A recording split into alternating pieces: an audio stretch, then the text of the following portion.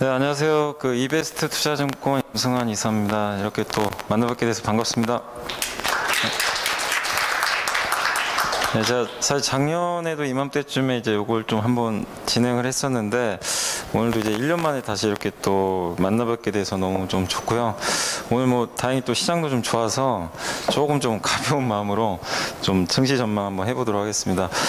여기 이제 제가 좀 준비한 거는 이제 한번 코로나 이후에 한번 주식시장 한번 리뷰를 좀 한번 간단히 해보고 그 다음에 이제 지금 현재 상황 뭐가 좀 문제고 어떤 것들이 좀 증시에 영향을 줄 건지 한번 좀 고민을 해보고요.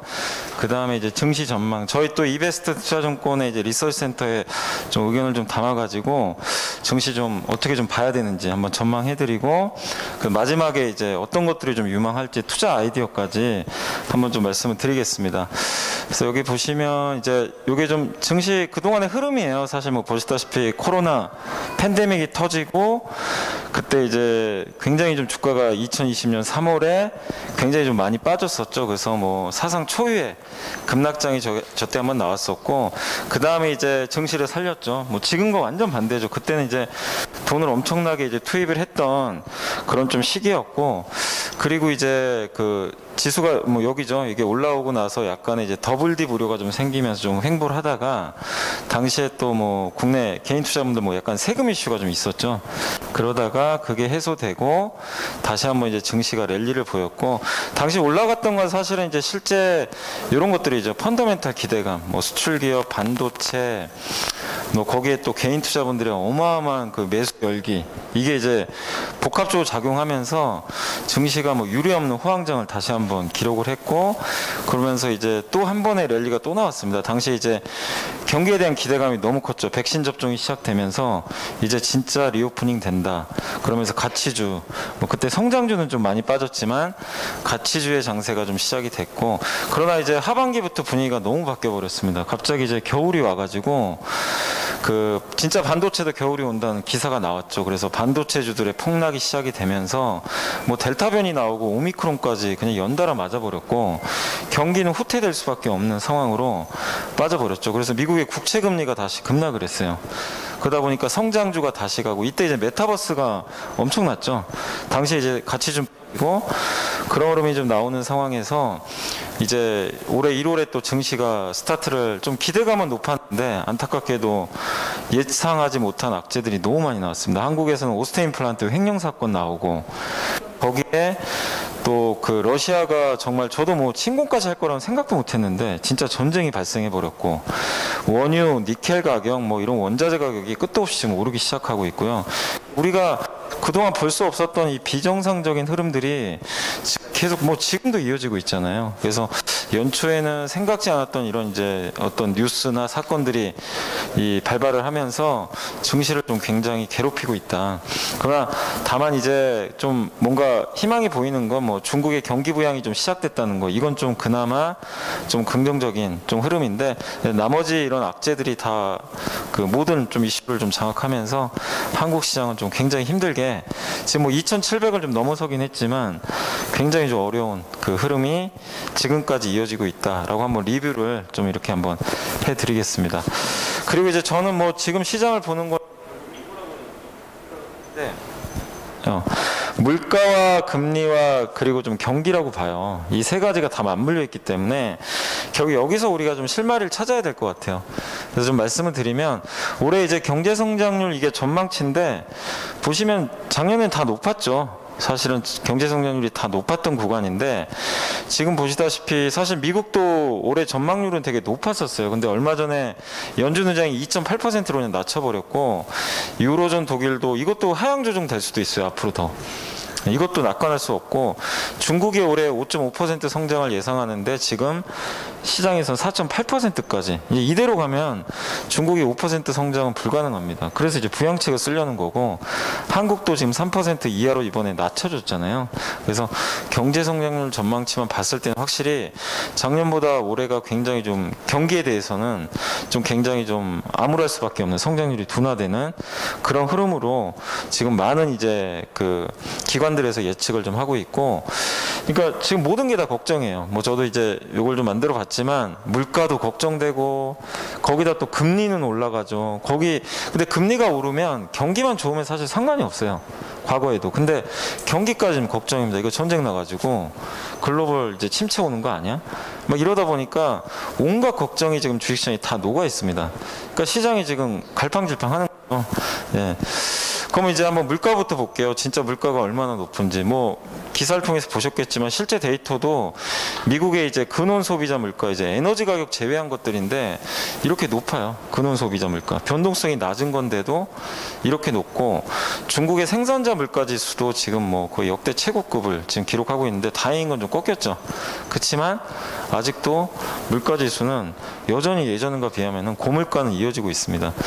그리고 러시아 우크라이나 전쟁 때문에 실제 지금 그 WTI, 그 미국의 원유죠, 가격이 지금 이제 하늘 높은지 모르고 치솟고 있고, 옛날에 제 기억에 2008년도에 140달러까지 갔던 걸로 제가 이때 기억이 나는데 거기 이제 거의 근접하고 있고, 그 다음에 그 밀 가격은 역대 최고치 넘어가고 있습니다.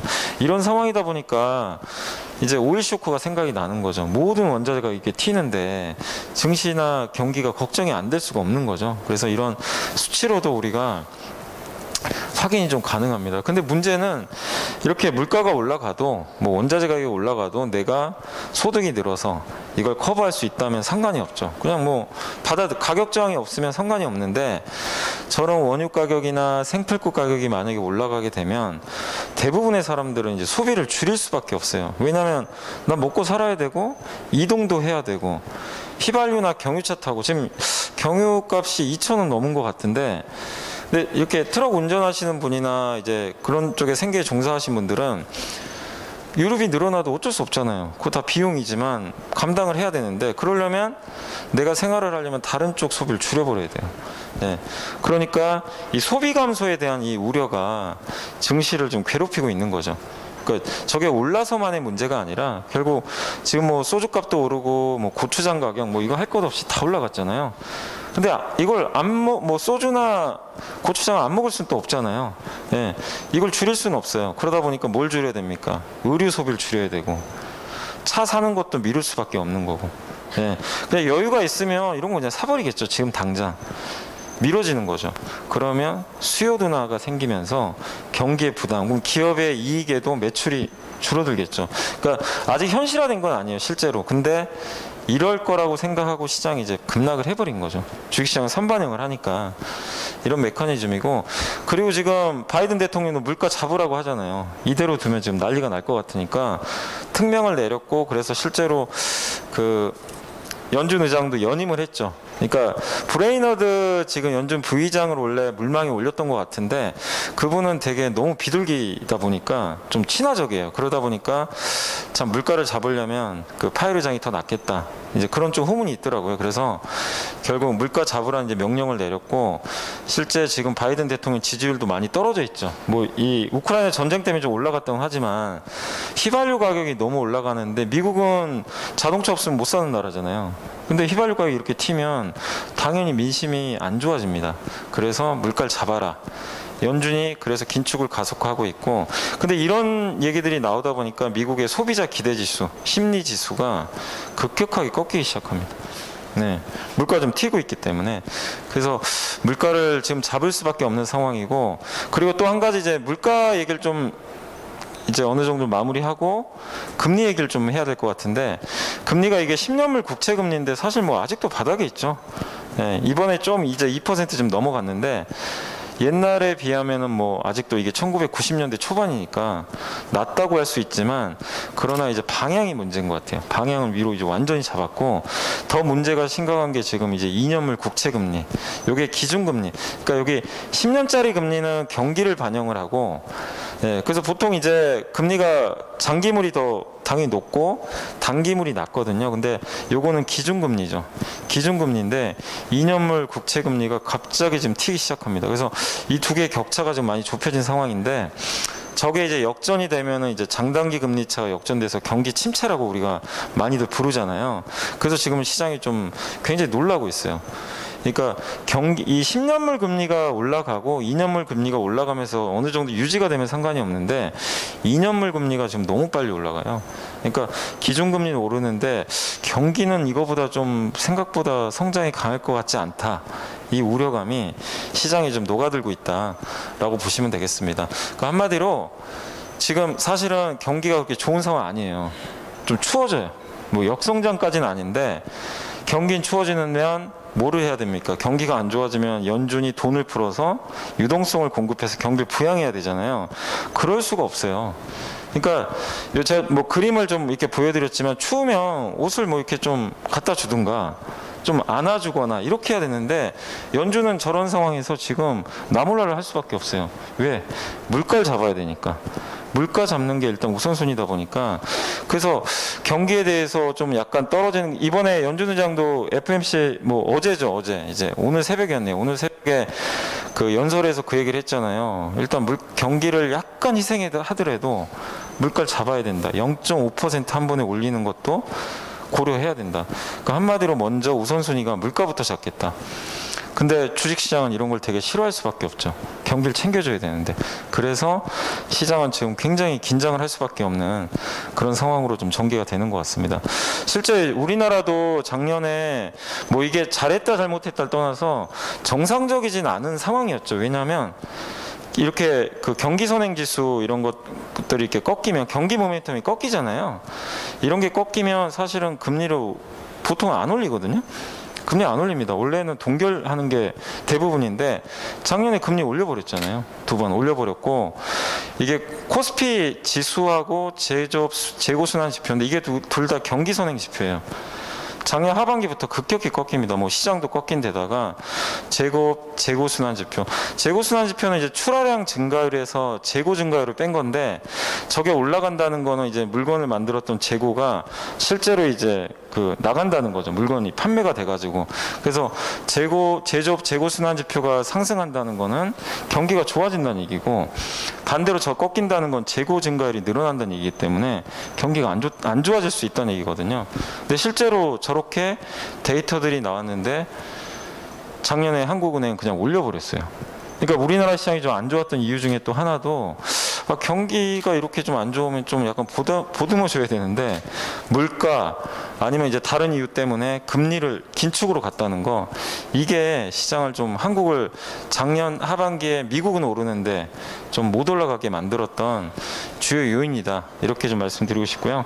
그 다음에 이번에 이제 FMC에 한번 말씀을 드리면 이제 금리 얘기를 하고 있으니까 결국엔 긴축은 시작이 됐고 이 왼쪽에 있는 게 작년에 예상한 거예요. 점도표라고 이제 연준 위원들이 점을 찍어요. 예, 나는 뭐 내년에 금리가 어느 정도 될 것 같다. 이제 연준 위원들이 점을 찍어 놓은 것들이거든요. 이게 작년, 이게 올해입니다. 이번 FMC에서 이번에 찍은 거예요. 그러니까 요게 2021년이고요. 당연히 제로 금리죠. 2022년에는 금리 올린다고 생각한 사람들이 0.9%까지 세 차례 올리는 걸로 다 예상을 했어요. 23년에 세 차례, 24년에 2.1% 두 차례. 그러니까 단계적으로 3, 3, 2로 3년 동안 올려서 중립금리, 이제 경제가 진짜 정상화됐을 때 이상적인 금리를 2.5%로 만들겠다. 이게 연준의 작년에 이제 연준 위원들의 생각인데 오른쪽을 보면 바뀌어 버렸습니다. 이게 올해거든요. 0.9를 목표로 잡았는데 올해 뭐죠? 1.9%까지 올린다고 이미 뭐 연준장이 얘기를 했죠. 0.9에서 1.9로 바뀌었어요. 7번. 내년에 세 차례 올리는 건 똑같아요. 근데 목표치가 올라갔죠. 2.8까지. 근데 2024년도에는 동결을 해버렸어요. 2024년은 안 올린다. 무슨 얘기냐? 2년 동안 빨리 올리고 24년도에는 분위기 보자 이거예요.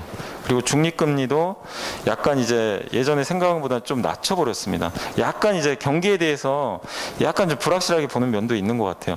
근데 어쨌든 달라진 건 앞으로 올해는 너무 빠른 속도로 금리를 올리겠다는 거예요. 그래서 내년까지 2.8%를 맞춰 놓겠다. 이 의도는 뭐냐면 그 물가를 잡으려고 그런 거죠. 그래서 속도가 너무 빨라지고 저도 사실은 작년만 해도 연준이 이렇게 금리 올릴 거라고는 전혀 생각을 못 했거든요. 올리는 건 맞는데 뭐 많아야 두세 번 올리지 않을까?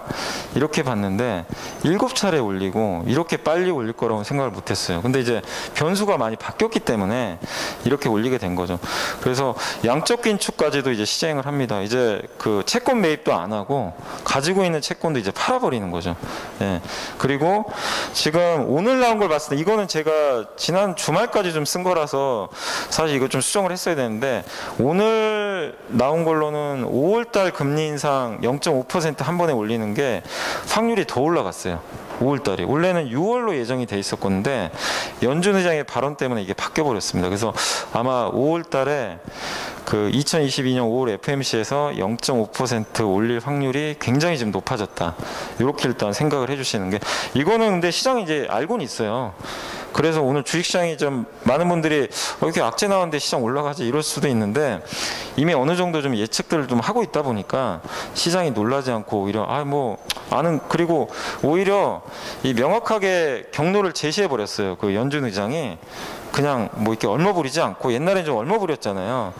금리 잘 모르겠다. 물가 작년에 일시적이다.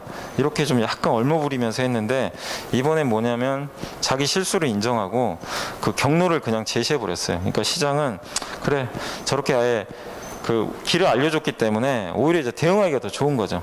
그래서 시장 반응은 오히려 좀 이런 악재에도 불구하고 좀 나쁘지 않았다. 그래서 우리가 뭐 프랑스어로 빼타콤플리라고 많이 들어보셨을 거예요. 이 용어가 요새 많이 화제되는데 기정사실화, 선반영.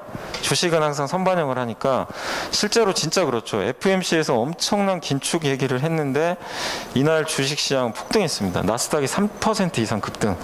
지금 계속 올라요. 지금도 어제 좀 빠졌고 그 다음에 우리나라 원달러 환율도 그렇게 오르다가 FMC 끝나자마자 환율이 급락하기 시작합니다.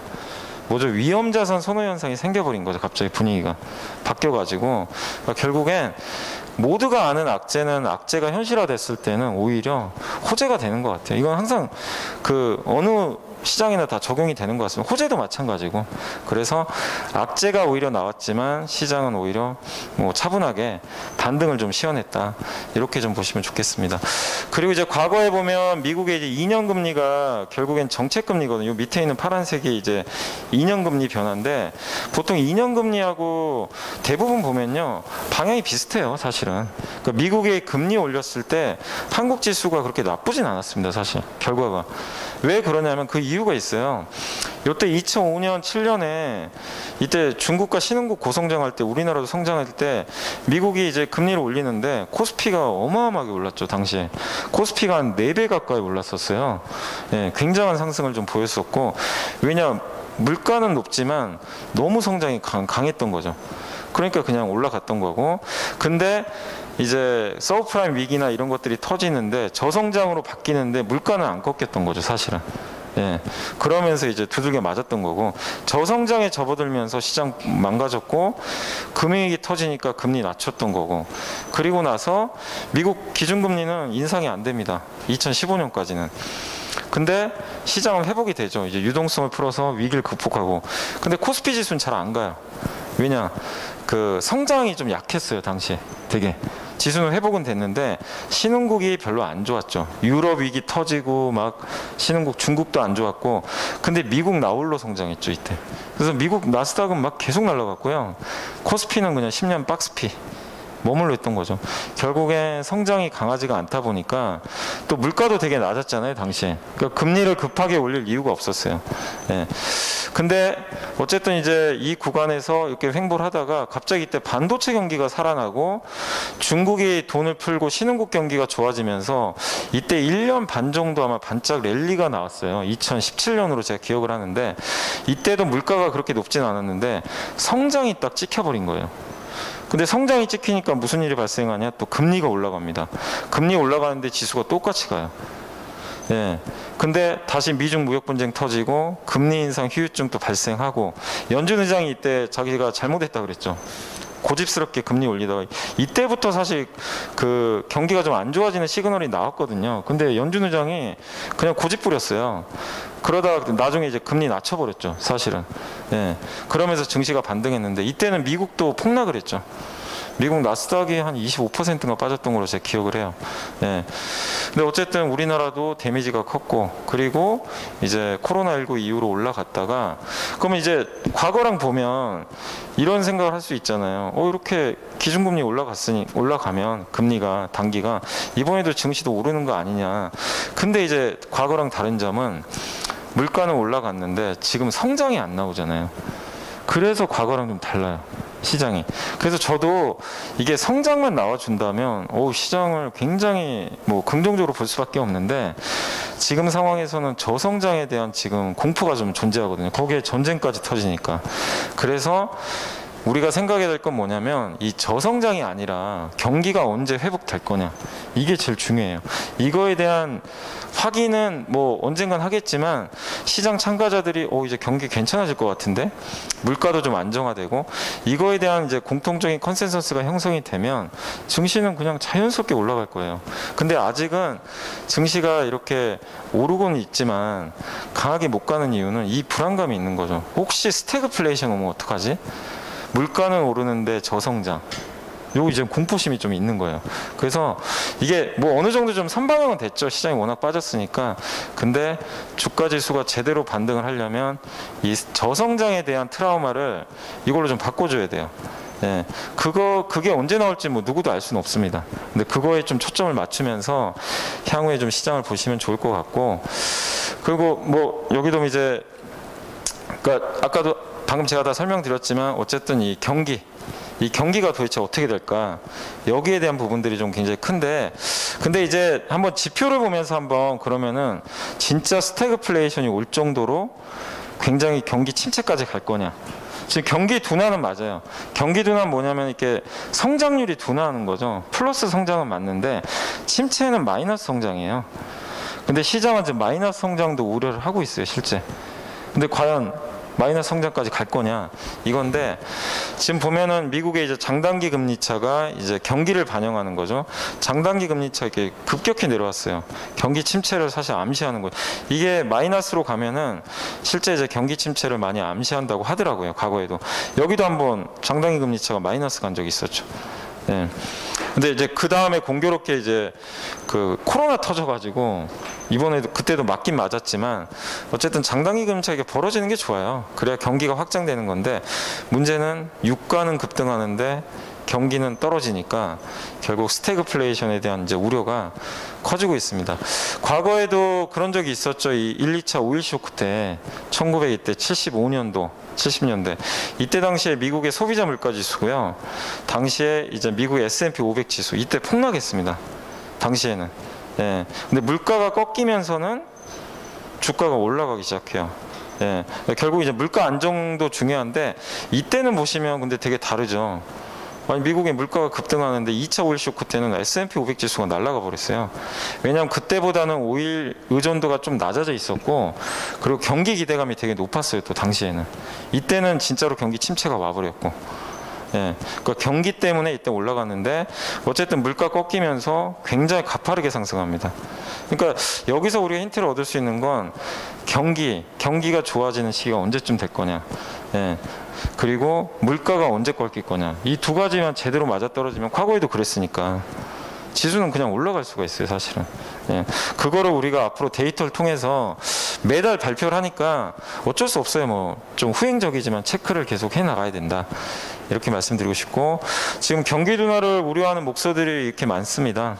컨퍼런스 보도에서 나온 이제 자료인데, 전쟁으로 인해 잠재 성장률, 그러니까 전쟁 변수는 우리가 예상을 못했는데 갑자기 생기니까 지금 러시아가 이렇게 성장률이 떨어져 있고, 뭐 러시아는 좀 특수한 경우고, 그 다음에 지금 보면 독일이 마이너스 2.4%까지 지금 성장률이 떨어질 거로 좀 보이고 있어요, 기존보다. 예. 이게 이제 전망을 하는 거거든요. 다 마이너스죠, 지금. 예. 그러니까 기존에 성장했던 것보다 이 정도는 좀 빠질 것 같다, 이런 좀 우려감이 있고, 그 다음에 전쟁이 경기 침체를 부를 것이라는 이제 자료거든요. 모르죠. 진짜 경기 침체를 부를지는 모르지만, 근데 만약에 전쟁이 뭐 봄을 지나서 여름까지 이어지면 경기 침체 가능성은 점점 높아지는 거죠. 그러니까 전쟁은 빨리 끝나야 돼요, 사실은. 그래야 시장에도 좋은데 그걸 뭐 누구도 예측할 수 없어서 저도 좀 그건 좀 답답한 상황이고, 다만 그래도 우리가 이런 좀 안 좋은 요건에서도 좀 긍정적인 걸 좀 한번 찾아보자면, 일단 어쨌든 리오프닝은 시작이 됐습니다. 중국은 좀 늦었지만 한국 아니면 이제 이미 서구 선진국은 다 시작을 했죠. 그래서 마스크 다 벗었고요. 미국은 실외에선 이제 전역 다 마스크 해제했고, 코로나 확진자 수가 뭐 한때 100만 명 넘었잖아요, 미국도. 근데 이제 급격히 줄어들고 있고, 예, 우리 한국도 좀 정점은 지나가는 것 같더라고요. 약간 어제 보니까 20만 명대로 조금 이제 줄어들기 시작하는 것 같습니다. 그리고 이 경기 침체를 걱정하기에는 근데 지금 그러니까 이게 바뀔 수는 있지만 현재까지 나온 데이터들은 너무나 양호해요. 보시면 이 경기 서프라이즈 지수인데 이게 이제 경기를 또 반영하는 거죠. 다 지금 플러스 유지하고 있어요. 예, EU 같은 경우도 살짝 꺾이긴 했지만 아직까지는 괜찮고, 그다음 미국의 고용시장, 예, 고용시장도 여전히 위에서 놀고 있고, 미국의 경기 서프라이즈 지수도 튀기 시작합니다.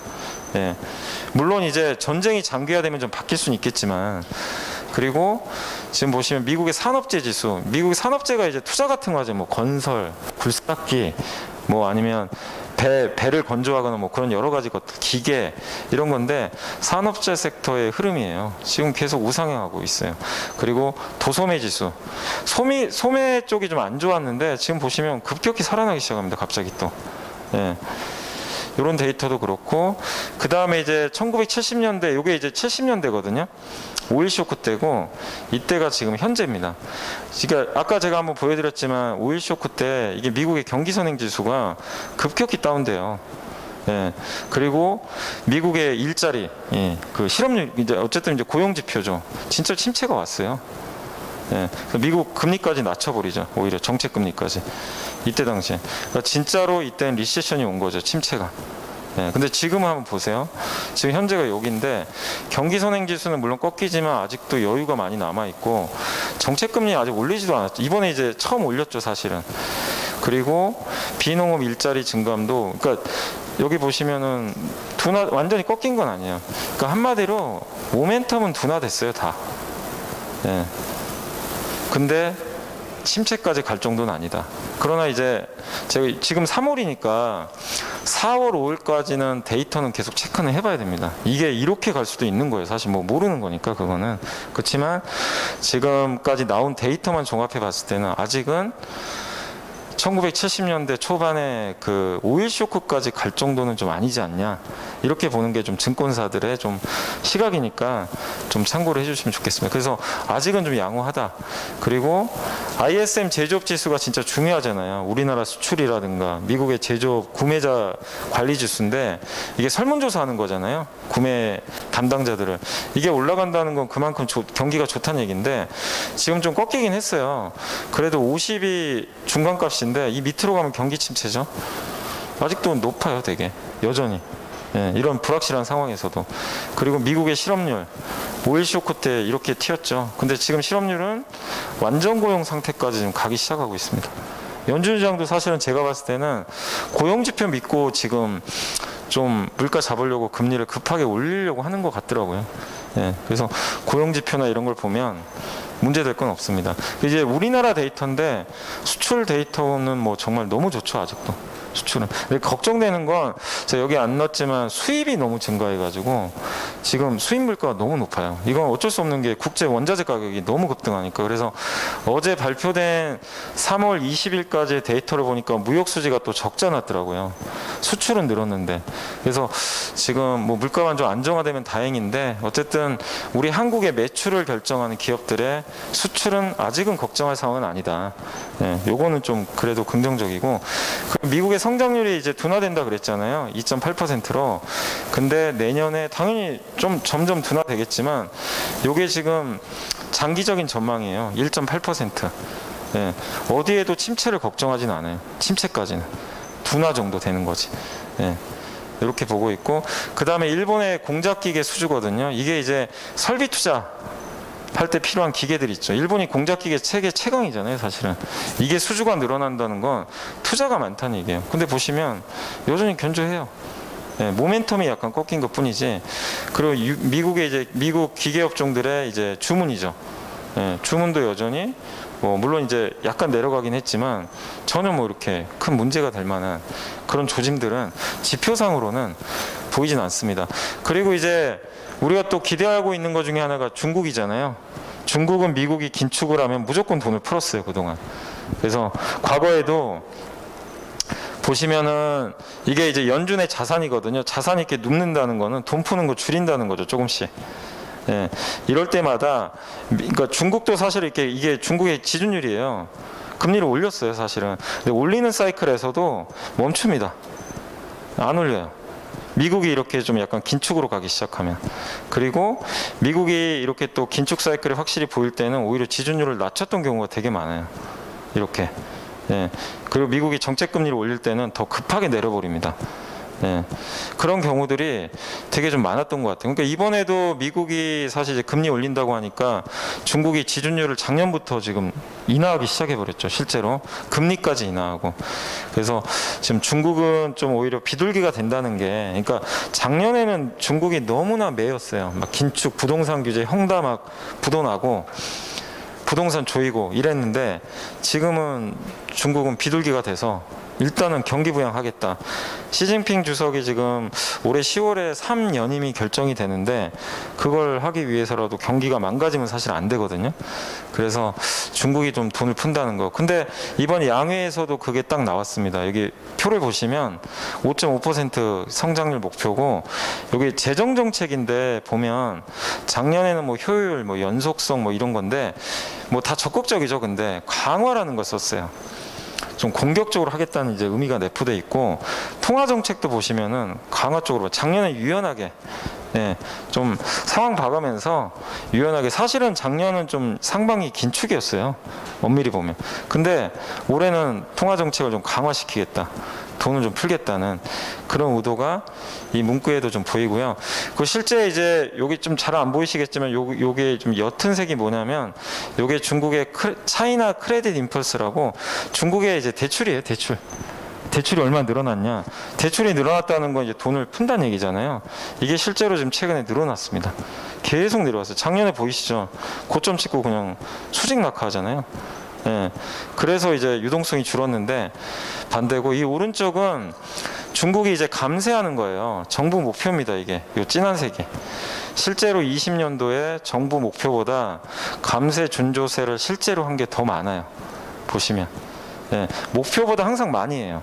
근데 올해 목표가 이 정도 찍어놨어요. 그러면 얼마나 감세를 많이 하겠습니까? 이것도 당연히 돈이 더 풀리겠죠.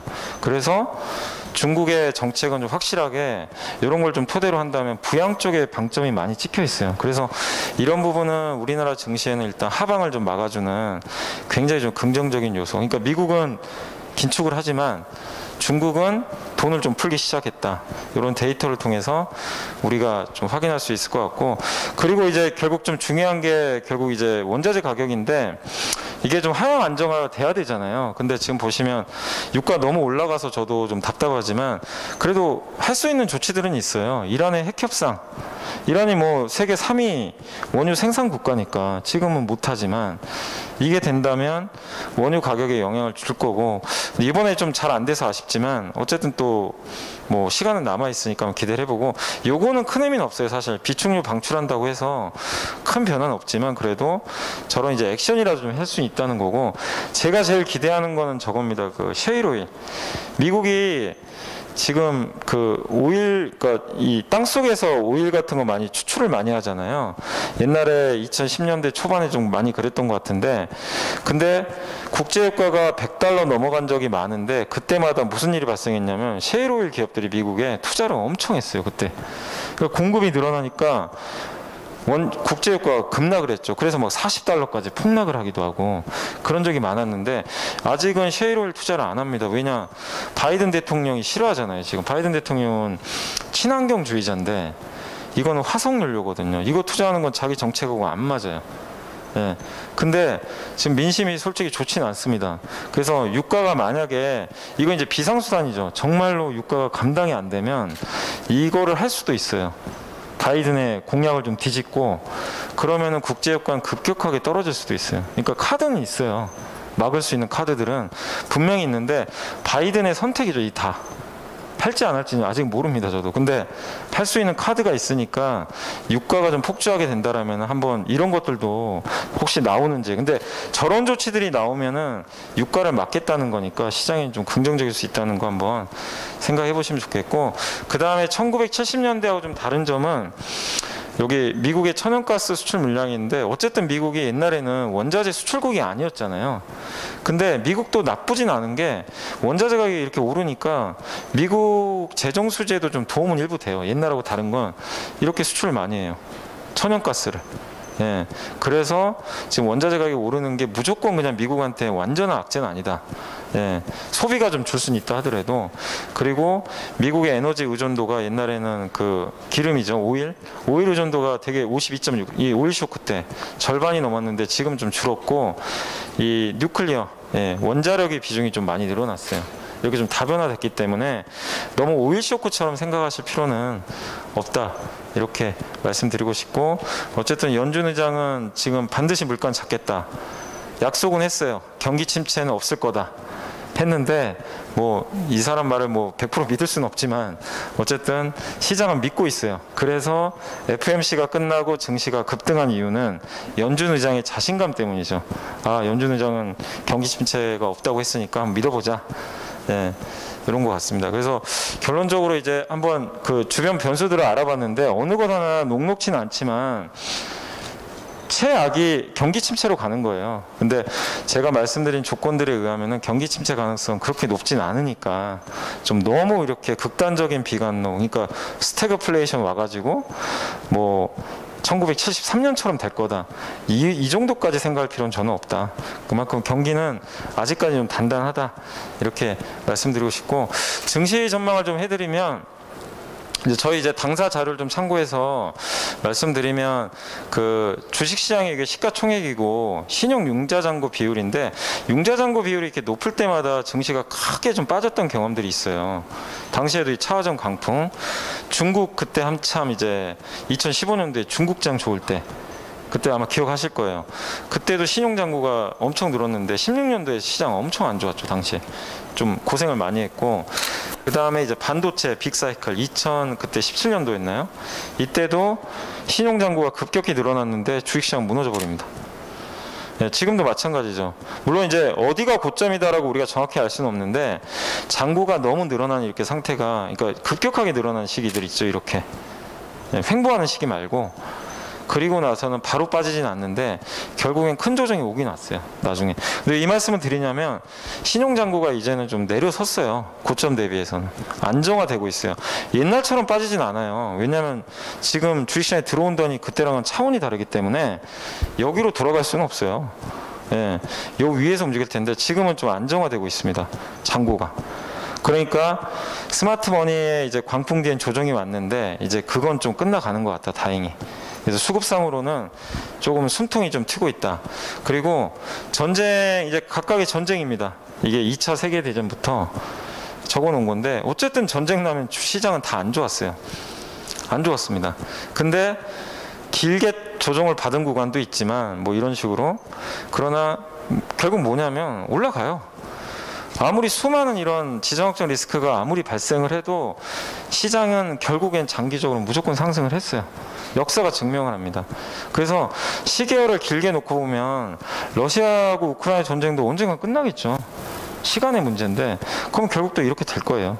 근데 지금 어려운 건 언제 끝날 거냐. 올해 안에 끝나? 3월에 끝날 거야? 아니면 올해 연말까지? 그거에 따라서 회복 속도가 달라지니까 그게 좀 어려운 거지. 어쨌든 과거에도 이 수많은 전쟁, 테러 이런 걸 다 뚫고 어쨌든 계속 S&P 500 지수는 올라갔어요. 우리 한국도 마찬가지고. 그래서 장기 상승에 대한 믿음까지 여러분들이 좀 버리지는 마셨으면 좋겠습니다. 어쨌든 주식시장은 꾸준히 올라갑니다. 중간중간 변동성은 있지만. 그리고 한국에 저는 어쨌든 지금 좀 아쉬운 거는 이익 전망치예요. 애널리스트들이 전망을 하잖아요. 둔화되는 건 맞아요. 지금 영업이익률도 많이 떨어져 있죠. 그래서 시장도 빠졌어요, 사실은. 예. 근데 아쉽지만 그래도 제가 긍정적으로 보는 건 일단 성장을 우리가 보는 거, 매출액. 물건은 잘 팔아요. 우리나라 기업들의 제품 경쟁력이 좋다 보니까 매출액은 올라가요. 근데 왜 영업이익률이 이렇게 좀 떨어지냐? 각종 비용 때문이죠. 뭐 인건비 올라가죠. 원자재 가격 올라가죠. 물류비 올라가죠. 근데 그나마 이 중에 좀 다행인 건 물류비는 좀 꺾였어요. 그 상하이 컨테이너 운임 지수가 지금 9주 연속 빠졌습니다. 그러니까 3대 비용 중에 하나는 좀 꺾였어요. 그럼 이제 나머지 인건비는 못 꺾어요. 인건비는 어떻게 내려가겠어요? 계속 올라가겠죠. 이건 어쩔 수가 없고, 그럼 나머지 원자재, 그러니까 원자재만 좀 꺾여주면 이 매출의 그 마진율이 컨센서스가 이제 바뀔 거예요. 그럼 그때부터는 시장이 굉장히 강하게 갈 수도 있어요. 기업 이익에 대한 신뢰도가 높아지니까. 근데 제일 중요한 건 이것만 안 꺾이면 돼요. 기본적으로 물건 잘 판다는 얘기니까. 그래서 저는 긍정적으로 좀 보고 있고, 그리고 어쨌든 올해도 영업이익은 증가합니다. 네, 애널리스트 전망이 좀 낙관론도 있겠지만 9.5%, 내년에 16.9%, 이게 이제 시장의 그 전망이니까 좀 참고를 해주시면 좋겠고, 그 다음에 이게 항상 보시면 여기가 밑에 있는 게 $1 환율이에요. 위에가 코스피고, 이 진한 게 한번 여기 보시면 이때 증시가 급락할 때잖아요. 이때 환율이 1,200원 찍을 때입니다. 뭐 여기도 그렇고 $1 환율이 1,200원 넘을 때마다, 옛날 이제 예전 뭐 금융위기 빼곤요, 1,200원 넘을 때마다, 그때마다 시장은 어쨌든 만약에 내가 주식을 샀으면 거의 다 수익이 났어요. 시간의 문제는 맞는데 여기도 그렇죠.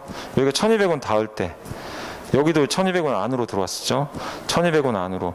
예, 물론 이제 이중 바닥은 찍었지만 결국엔 증시는 1년, 2년 이렇게 또 레벨업이 됐고, 그 다음에 뭐 이 구간도 마찬가지죠. 2020년 코로나 전에 이때 시장 좋았거든요. 코로나 터지기 전에 이때도 환율이 1,200원 떨어졌고, 근데 코로나 때는 이제 1,300원 근처까지 갔죠. 특수한 경우지만 어쨌든 환율이 저렇게 1,200원 넘었을 때 샀을 때 실패한 케이스는 거의 없었습니다.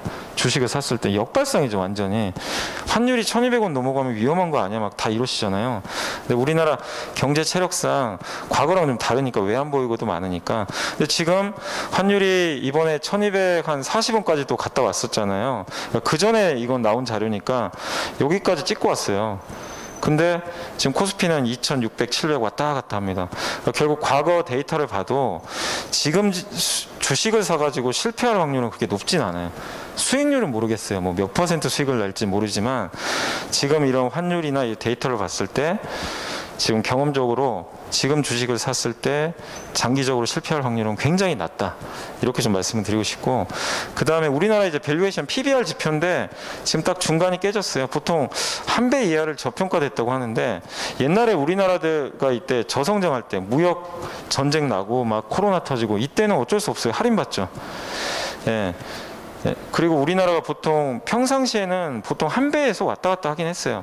근데 작년이 좀 이상했죠. 너무 성장을 하다 보니까 1.2배까지 간 적이 있었어요. 네. 근데 다시 한 배 밑으로 왔으니까 평균보다 지금 밑에 있어요. 밸류에이션이. 그래서 지금 사는 건 비싸게 사는 건 절대 아니라는 거죠. 그리고 지금 그 한국의 생산자 물가 지수가 이렇게 보면 선행 지표예요. 이게 이 옅은 파란색 선이 이렇게 생산자 물가 지수인데, 이게 튀면 어쨌든 우리나라 코스피 밸류에이션이 올라갑니다. PBR이 올라간다는 건 지수가 올라간다는 얘기거든요. 올라갔죠. 근데 지금 반대로 꺾였죠. 왜냐하면 우리나라는 중간재 생산 국가거든요. 예, 최종 소비자한테 물건을 판매하는 경우보다, 예를 들면 현대차도 있지만 우리나라에 지금 뭐 삼성, SDI, LG 에너지 솔루션, SK 이노베이션은 중간재죠. 배터리를 만들잖아요. 배터리를 소비자한테 팔지는 않잖아요. 자동차 회사에 넘기는 거니까. 그래서 생산자 물가 지수가 결국 이제 판매 가격인데, 저게 저렇게 식으로 이제 올라간다는 건 기업들의 이제 나중에 마진에도 좀 긍정적으로 작용할 수가 있습니다. 그래서 한국 같은 경우는 저게 좀 선행 지표니까 이번에도 한번 맞을지는 한번 좀 지켜보시면 좋겠고, 그래서 저희 당사에서 이제 추정하는 거는 세 가지인데, 이제 이게 가장 베스트고 베이스고 가장 워스트인데, 워스트 가능성은 좀 별로 없는 것 같아요. 지금 분위기상으로. 지금 이제 요 정도니까, 지금 요 정도 위치에 있잖아요, 시장이. 그래서 베이스, 기본. 일단 비추세는 좀 지속된다. 추세 상승이 나오려면 이렇게 아까 말씀드린 그런 악재들이 다 해소가 완전히 돼야 돼요. 경기도 어쨌든 성장을 해야 되고 물가도 완전히 꺾여야 되고, 근데 그걸 확인하는 거는 상반기 지나야 확인이 가능하니까 일단 그렇게 봤을 때는 지금은 좀 여기 베이스 시나리오. 근데 베스트로 가긴 좀 아직은 어렵고 요 중간 단계 비추세. 근데 비추세인데 약간 다른 점은 작년에는 하락하는 비추세였어요. 고점에서 꺾이는 비추세. 완전히 망가지는 장은 아니고 전체적으로 박스였죠. 근데 어쨌든 하반기로 갈수록 좀 꺾이는 비추세 구간 박스권이었는데 지금은 한번 두들겨 맞고 오히려 좀 회복되는 비추세. 예, 그러니까 작년도 수준을 조금 어느 정도 회복하는 그런 박스권 장세가 좀 펼쳐지지 않을까 이렇게 보고 있고, 중국의 정책 전환이 언제 나올지는 솔직히 모르겠어요. 근데 빠르면 4월 정책이 좀 제대로 공격적으로 부양책이 나온다면 코스피는 좀 빠르게 레벨업 할 수도 있습니다. 예, 그래서 어쨌든 결국엔 올해 3,000선까지는 한 번 더 회복하는 흐름인데 이 가능성은 별로 없어요. 이렇게 갈까. 근데 이건 뭐 전쟁이 정말 장기화되고 경기 침체로 간다는 시나리오가 이제 사람들이 다 인정을 할 때 그땐 가겠죠. 예, 근데 이거는 아까 데이터를 말씀드린 대로 가능성은 저는 좀 별로 없는 것 같다. 이렇게 좀 말씀을 드리겠습니다. 그리고 이제 업종별로 이제 이익인데, 이익도 많이 올해 증가하는데 그 PER이라 그러죠. 밸류에이션. 이 지표가 낮은 쪽을 한 몇 개 골라봤는데, 에너지 하면 이제 정유 업종들이 좋고요. 그 다음에 건설은 이익 증가율이 이렇게 좋은데 퍼가 7.3배로 굉장히 저평가되어 있습니다. 조선은 이제 올해 턴어라운드 할 것 같고, 예, 상사 이제 무역하는 기업들이죠. 이쪽도 괜찮고, 자동차가 요새 좀 안 좋긴 한데 일단 증가율은 높아요. 증가율 높고 거기다 PER이 6.5배라 굉장히 쌉니다. 지금 여러 악재 때문에 못 가지만, 그 다음에 올해 리오프닝 되니까 이제 유통 쪽도 괜찮고, 그다음 역시 그 IT 반도체 하드웨어도 주가도 그렇게 비싸지 않으면서 성장률도 이익 증가율도 높기 때문에. 근데 다만 염두에 두실 거는 이제 여기 있는 건 전망이라서 또 매달 바뀔 수는 있어요. 상황에 따라서. 그거는 좀 염두를 해 두시면 일단 좋을 것 같습니다. 그래서 마지막으로 이제 좀 투자 아이디어 좀 말씀을, 좀 시간이 좀 지나서 빨리 하겠습니다. 그 러시아 우크라이나 전쟁 이후에 지금 보시면 이게 파이낸셜 타임즈에서 나왔던 건데, 저도 친환경이 이제 앞으로 더 빨리 될 거라고 생각을 해요. 다만 올해는 일단 단기적으로 화석연료 쪽이 더 유리할 거는 같아요. 왜냐하면 전쟁 때문에 당장 신재생으로 가기가 너무 힘들어요. 근데 전기요금 올라가면 뭐 누가 책임질 겁니까? 사실 당장 먹고 살아야 되니까. 그래서 단기적으로는 석탄이 좀 승자다. 이게 이제 영국의 파이낸셜 타임즈에 나왔던 그 기사입니다. 그래서 지금 탈탄소 정책을 당장 강화하기는 좀 어렵다. 지금 환경 때문에, 예, 여러 가지 그 우크라이나 전쟁 때문에. 중국도 석탄 발전소 지금 계속 건설하고 있고요. 에너지 가격이 이렇게 급등하면 클린 에너지 도입에 대한 또 여론도 악화된다. 이런 쪽 기사가 있어요. 그래서 적어도 2022년은 탈탄소는 하긴 하죠. 근데 석탄, 천연가스, 원유 등 화석연료 사용도 늘어날 가능성이 높기 때문에 이런 쪽에 대한 사업을 하는 비즈니스도 우리가 그냥 옛날에 저거 친환경 하니까 이제 버리자 이렇게 볼 필요는 없는 것 같아요. 다만 이거는 좀 올해만 좀 놓고 보자.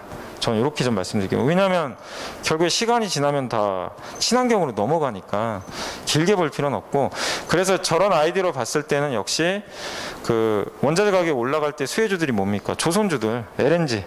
이제 LNG 유럽과 러시아 사이가 안 좋으면 LNG 선으로, 이제 파이프라인이 아니라 LNG 선으로 아마 유럽이 수입할 가능성이 높아서 좀 조선주 괜찮아 보이고, 건설주는 뭐 국내 정책도 당연히 있지만 해외 유가 이렇게 올라가면 중동 국가들이 지금 돈을 엄청나게 벌고 있어요.